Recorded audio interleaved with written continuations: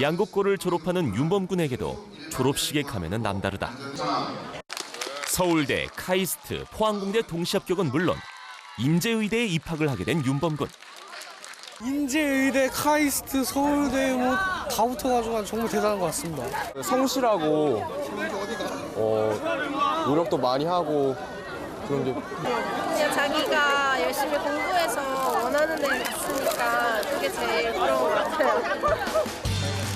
누구보다 성실했지만 또 누구보다 자신을 잘 파악했던 윤범군. 때문에 자기에게 늘 맞는 공부법을 고민했고 결국 그 꿈에 한 발짝 더 다가가게 되었다. 졸업식까지 했으니 마음이 한결 가벼워지는 친구들과 윤범군. 그동안은 한 교실에서 같은 공부를 해왔지만 이젠 각자의 전공을 살려 제 갈 길을 갈 친구들. 입학하면 한동안 만나지 못할 친구들이기에 이 시간이 더 소중할 수밖에 없는데. 그런데 친구들과 즐거운 한때를 보낸 윤범군이 집이 아닌 도서관으로 발걸음을 옮긴다. 대학 입학을 앞둔 지금 대학에서 배울 내용들을 미리 찾아보기 위해서다. 인공장기에 관심이 많았던 윤범군은 시간이 될 때면 도서관을 찾아 의학 관련 책을 찾아봤고 결국 이런 노력 덕분인지 의대까지 진학할 수 있게 되었다. 윤범군은 학교를 다닐 때도 자신의 꿈을 위해 노력하는 적극적인 학생이었다. 자기 분야에 대한 어떤 그 욕심이 많아서 꾸준히 그 분야에 대해서 공부를 하고 그다음에 학교에서는 이렇게 어떤 맡은 일에 대한 책임감을 가지고 활동을 하고요. 어느덧 밖은 어두워지고 대신 이곳저곳 학원들의 불빛이 먼저 어둠을 밝히고 있다.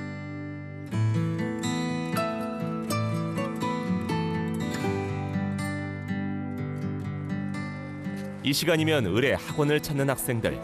많은 학생들이 각자 나름의 이유들로 학원을 다녔지만 윤범군은 오히려 친구들과 다른 선택을 했다. 저는 학원을 안 간 거보다는 못 간 거에 좀 더 가까워요. 학원에 안 간 것이 아니라 못 간 것이라고? 무슨 사연이라도 있는가 싶었지만 하교 후엔 곧장 집으로 돌아왔다는 윤범군. 불안한 마음에 학원을 찾는 친구들과는 달리 윤범군은 항상 해야 할 공부는 많았고 학원을 왔다 갔다 하는 시간이 아깝고 불안했다.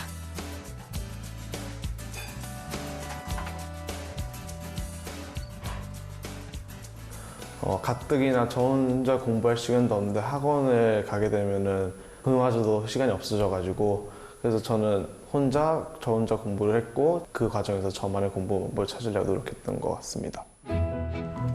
학원을 가지 않으니 공부할 시간은 나름 확보가 됐지만 과목별로 어떻게 나눠서 공부를 하느냐가 늘 문제였다. 중학생 때 하던 공부 방식과는 너무나 달랐기에 더 힘이 들었다. 특히 국어 점수는 잘 나와야 2등급. 유독 공부 방법도 어렵고 성적도 안 나오는 국어는 윤범군에게는 취약 과목이었다. 결국 첫 모의고사는 4등급.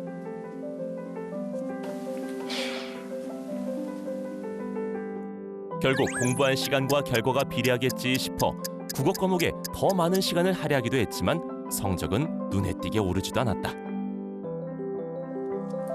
어렸을 적 독서량이 적었던 게 아무래도 근본적 원인이라는 생각이 들었다. 한 1, 2개월에도 한 권도 안 읽는 수준. 글을 읽거나 이해하거나 또 글을 빨리 읽어야 되거나 그런 점이 있어서 당연히 독서와 관련돼 있지 않을까라는 생각이 들었습니다. 그러던 중 엎친 데 덮친 격으로 사고를 당하게 된다. 1학년 1학기 때 기숙사 선배들과 축구를 하다 부상을 당하게 된 윤범군. 부상을 당하니 여러모로 공부에 지장이 생겼다. 게다가 공교롭게도 부상을 당한 손은 오른손. 오른손잡이가 한동안 오른팔과 손을 쓸 수 없으니 생활 속 불편함은 물론 공부까지 제대로 할 수 없는 상황이 되었다.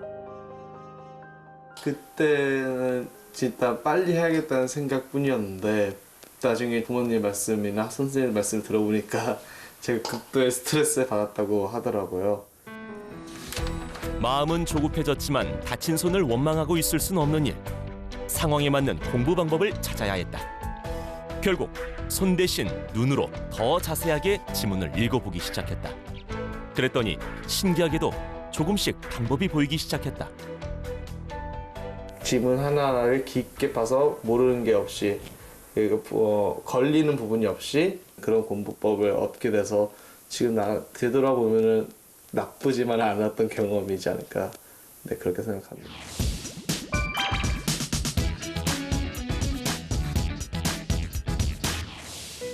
질에 집중해서 지문을 읽는 연습을 지속적으로 훈련한 후 결국 국어 문제를 푸는 자신만의 방법까지 찾아내게 된다.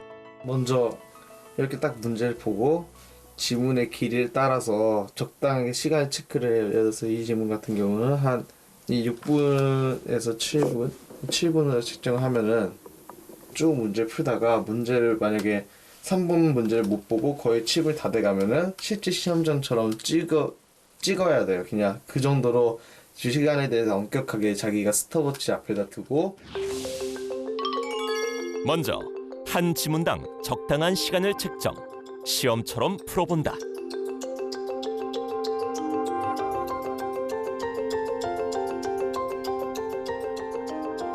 그다음 두 번째 이제 풀이 시작했을 때부터 이때부터가 제일 중요한데, 지문도 자세하게 읽고 모든 문단마다 한 줄씩 내용을 요약을 하고 마지막에는 이 지문 전체의 내용을 또 한 줄 요약을 해요. 지문을 자세하고 깊게 읽다 보면 문단별 주제를 찾아낼 수 있게 된다. 각 문단별 주제를 찾아 한 줄로 요약을 해두고 그 다음 지문 전체를 한 줄로 요약함으로써 지문을 전체적으로 이해할 수 있다.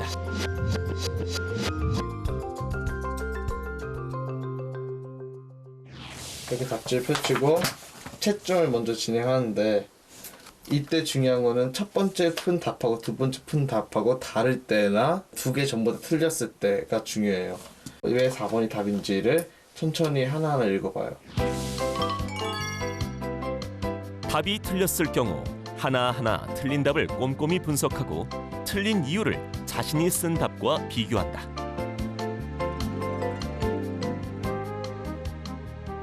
처음에 시간 재서 풀고 그다음 분석하고 그다음 답지랑 비교하면서 한 번 더 답지와 지문까지 자세히 읽고, 이 과정을 반복하면은 보통 이렇게 하면은 한 비문이랑 길면은 40분에서 1시간 정도 걸리고, 어려운 지문, 제가 이해 안 되는 지문을 저는 어떨 때는 2시간도 걸릴 때도 있어요. 양보다 질을 고려한 윤범군의 국어 문제 풀이법 3단계. 첫째, 한 지문당 적당한 시간을 책정, 실제 시험처럼 푼다. 두 번째로는 지문을 한 문단씩 한 줄로 요약. 그 다음 지문 전체를 한 줄로 요약한다. 마지막으로 답안지의 분석과 자신이 적은 답을 완벽하게 분석해서 비교 정리한다. 한 지문을 보더라도 깊고 정확하게. 결국 질에 집중한 국어 공부법은 빠른 시간 안에 좋은 결과를 얻게 되었다. 결국 윤범군은 자신에게 맞는 국어 공부법을 찾게 된 것이다. 불안감이 많이 없어졌죠. 제 공부법을 해서 제가 좋은 결과를 얻었으니까 앞으로 계속 공부하는 원동력이 되기도 했고. 지문에 집중하는 공부 방법, 이렇게 한마디로 요약할 수 있을 것 같은데요. 많은 학생들이 문제에 집중을 합니다. 왜냐하면 문제에서 답이 나오고 그게 점수로 연결되기 때문에. 반대로 문제보다는 지문 하나를 가지고 깊게 아주 파고든 거예요. 지문 속에 있는 그 출제 요소들, 그러니까 지문의 구조들을 제대로 파악하면서 한 문단씩 정말 제대로 파고든 것 같아요. 그래서 지문을 제대로 읽어내니까 문제의 출제 요소가 보이게 되고 정답은 자동으로 따라오게 되는 그런 공부를 한 것 같아요. 윤범군이 국어는 질에 집중하는 공부를 했다면 수학은 양에 집중을 했다. 3년 내내 수학 1등급을 유지할 수 있었던 것도 양에 집중한 공부법 때문이었다.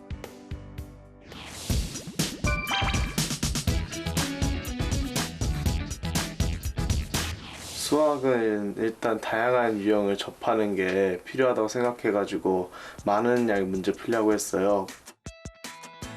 윤범군의 수학 공부법은 좀 남다르다. 문제집의 문제를 직접 노트에 적고 푸는 방식인 것인데, 그래서 답지를 제가 확인할 때도 제가 풀었던 노트와 답지를 확인할 수 있었고, 네, 그렇게 하다 보니까 문제집에는 깨끗하게 다 답이 막 OX만 되어 있고 노트는 엄청 양이 많이 쌓였던 것 같아요.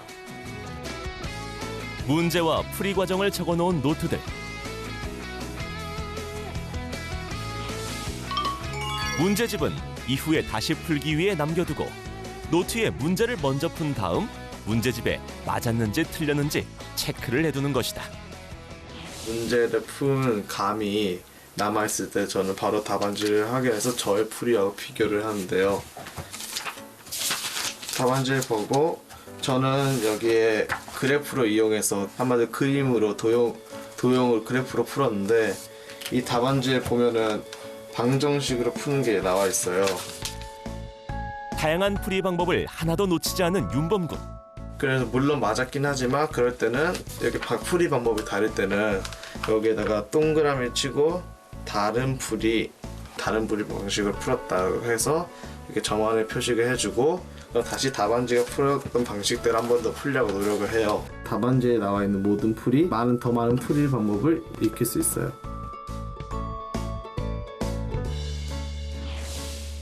나의 풀이 방법과 답안지의 풀이 방법을 비교해서 풀이 방법이 다른 경우는 모든 풀이 방법대로 다 풀어보면서 다양한 유형의 풀이법을 모두 익히도록 노력한다. 문제집 한번 다 풀고 돌아올 때 풀이 방법이 여러 가지가 있겠네라고 생각하면서 그 두 번째 풀 때는 그 두 가지 방법을 한 번 처음 답지를 보기 전에 두 가지 풀이를 전부 다 풀어보려고 그렇게 노력을 하면은 그런 식으로 한 문제집 한 3번 정도 풀어서 틀렸던 문제가 결국엔 다 맞을 수 있게 한다면은 수학 공부는 될 것 같아요. 노트에 풀고 문제집으로 풀고 다양한 풀이법으로 문제집을 3회 이상 풀면서 문제 유형을 온전히 자신의 것으로 만든다.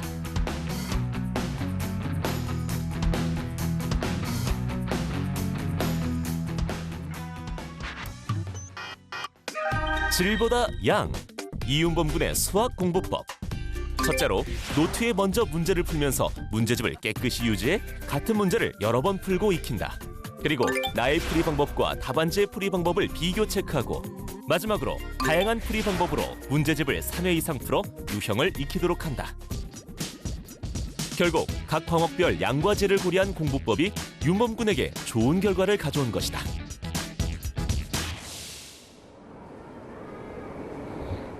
윤범군의 경우 자신에게 맞는 공부법으로 좋은 성적을 거뒀지만 사실 대부분의 학생들은 자신에게 맞는 공부법을 잘 몰라 어려워하는 경우도 많다. 그래서 준비했다. 공부의 왕도가 멘토가 되어 멘토링을 진행하는 1:1 밀착 멘토링 프로젝트. 일단 윤범군의 학교 후배들에게 멘티 신청서를 돌리고 받아보기로 했다. 각자 자신의 공부법에 대한 고민을 적는 지원자들. 지원자들의 고민과 희망 내용이 담긴 신청서. 1차로 신청서를 받은 뒤 다음으로는 단체 면담을 해봤다. 멘티로 지금 신청을 했는데 본인이 멘티를 신청하게 된 이유를 간단하게만 한번 이때 옆 교실에선 윤범군이 면담 내용을 함께 보고 있다. 멘티 신청서와 고민 내용을 함께 들으며 신중하게 멘티를 선정하기 위해서인데 자신만의 공부 방법을 몰라 어려움을 토로하는 지원자들. 자신이 했던 고민들과 비슷해서인지 윤범군은 지원자들의 얘기에 더 귀를 기울이게 된다. 어렸을 때 책을 안 읽다 보니까 또 국어에서 많이 어려운 게 있어서 여러 공부법 알아보고 그중에 괜찮은 게 있으면 좀 저랑 맞는 걸 찾을 수 있지 않을까. 또 국어 같은 경우는 모의고사의 상상 시간 부족 문제로 어려움을 겪는데 저랑 고민이 똑같은 것 같아요. 국어는 보통 쭉 잘 나오기보다 변동이 큰 경우가 많은데 고민이 많아지는 멘토 윤범군. 멘티 선정이 쉽지 않은 모양이다. 과연 멘토 이윤범군은 어떤 지원자를 멘티로 선정했을까?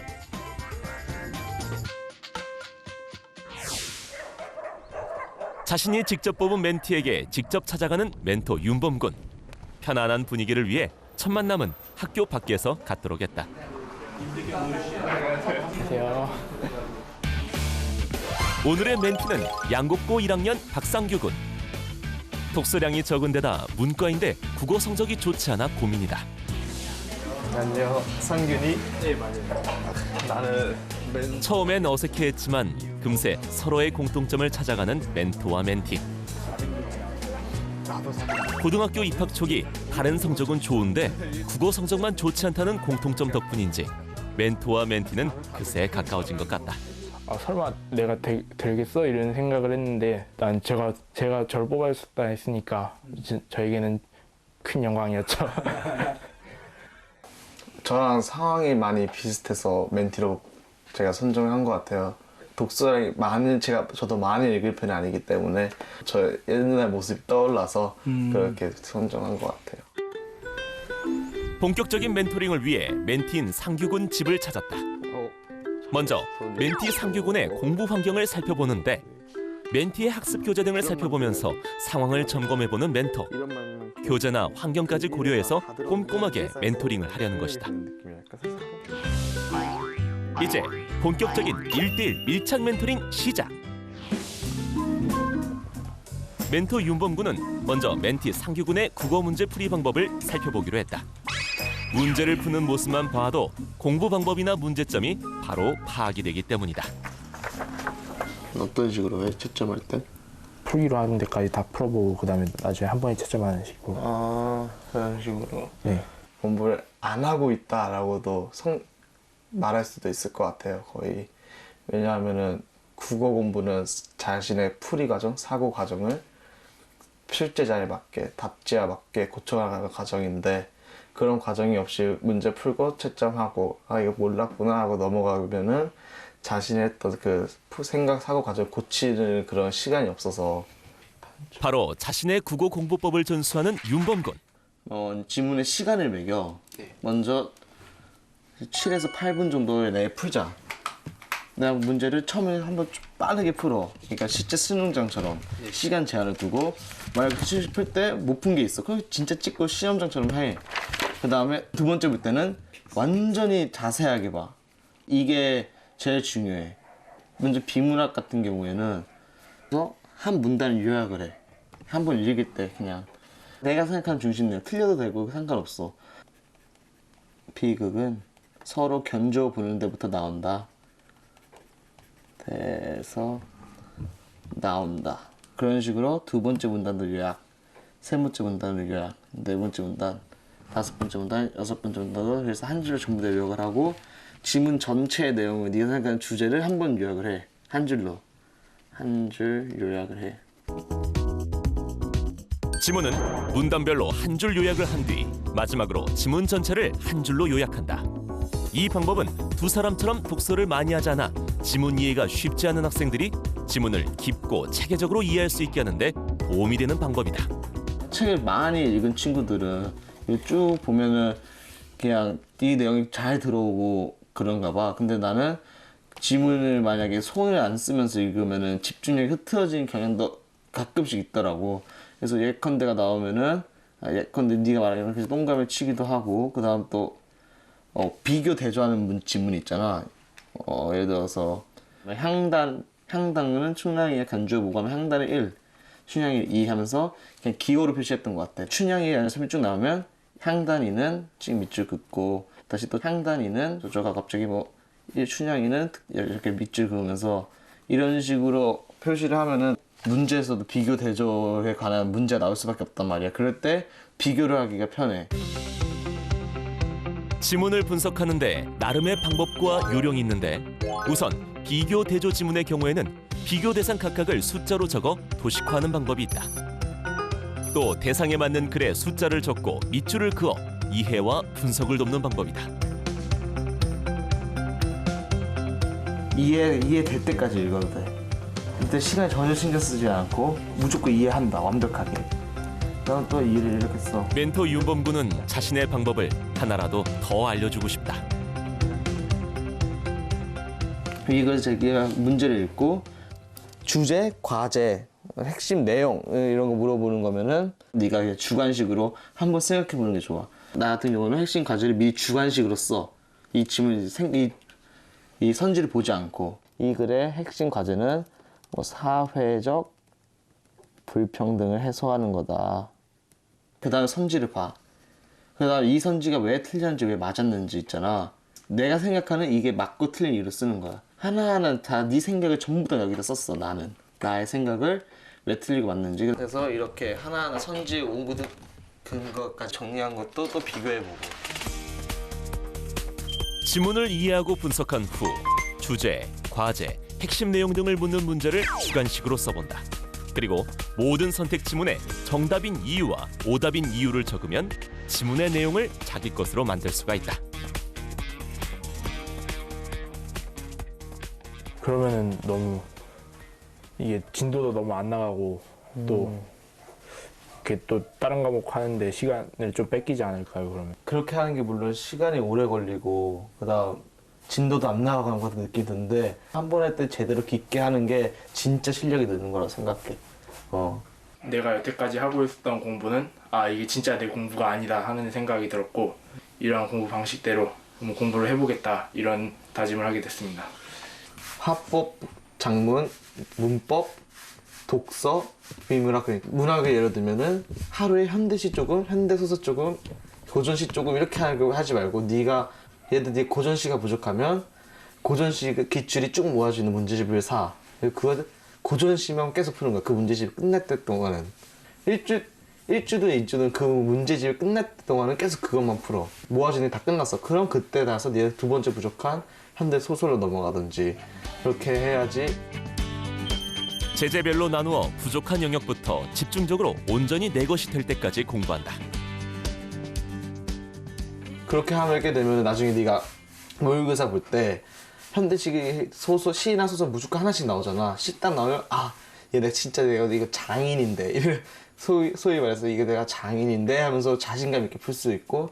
그래서 그렇게 깊게 파야 실력이 느는 기분이 든다 해야 되나? 실제로 실력도 늘고 그런 것 같아. 1, 2학년 학생들에게는 제재별로 공부하는 게 굉장히 좋은 방법입니다. 여기다가 한 가지를 덧붙이자면 우선은 현대문학을 먼저 공부하고 거기에 덧붙여서 그걸 기반으로 고전문학을 공부하는 게 좋아요. 그래서 현대시 공부하고 고전시가 공부하고 현대소설 공부하고 고전소설을 공부하는 방식으로 그런 순서를 잡아서 집중적으로 한 영역씩 개념을 정리하고 공부해 나가는 것이 도움이 됩니다. 1대1 밀착 멘토링. 한 번 만나 끝나는 멘토링이 아닌 과정을 지켜보며 멘티에게 맞는 공부법을 제시하는 멘토.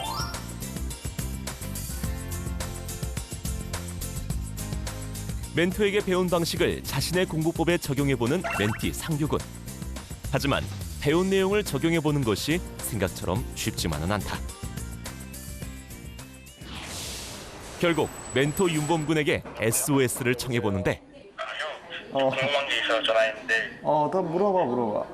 그 국어에서 선택지의 답의 근거를 쓸 때 그 이유를 아무리 고민해도 잘 모르겠을 때는 어떻게 해야 되는지 궁금해서 전화했어요. 나도 진짜 그런 경우가 많았는데 난 그럴 때 그냥 끝까지 고민하고도 모르겠으면 헷갈린다라고 쓰고 그다음 답지를 확인하면서 답지를 그냥 바로 확인했던 것 같아. 선지의 근거를 잘 모를 때 답지를 보고 지문에서 이렇게 유추해서도 다 이렇게 답의 근거를 판별할 수 있구나 라고 하면서 그 과정이 오히려 진짜 공부가 되는 과정인 것 같아. 과정까지도 공부가 되는 멘토링. 공부법은 과정을 통해 터득하고 익혀야 비로소 자신의 것이 된다는 멘토. 그리고 끊임없는 관심과 격려. 앞서 걸었던 선배의 말 한마디와 격려가 따라오는 후배에겐 그 어떤 방법보다 유용한 정보이자 큰 힘이 될 것이다. 또 다른 공부 방법을 전수받았으니까 이제 이 공부 방식대로 공부를 많이 해서 진짜 꼭 국어 100점. 자신이 목표로 했던 대학에 제가 공부했던 게 조금이라도 도움이 돼서 목표를 이루었으면 좋겠다. 이게 제일 크죠. 성적이 오르는 건 성적이 오르는 거지만 목표를 이루는 게 제가 원하는 바입니다. 3년 동안 꿈을 키워왔던 모교를 찾아 새로운 각오를 다지는 윤범군. 저의 꿈인 인공장기, 바이오 그런 장기를 만들어서 장기 기준을 기다리는 여러 환자분들에게 희망을 주는 그런 의과학자가 꼭 될 거예요. 아는 게 많아지니 꿈을 정하는 게 쉬워졌다는 윤범군. 미래를 위해 끊임없이 노력하는 그의 빛나는 도전은 계속될 것이다.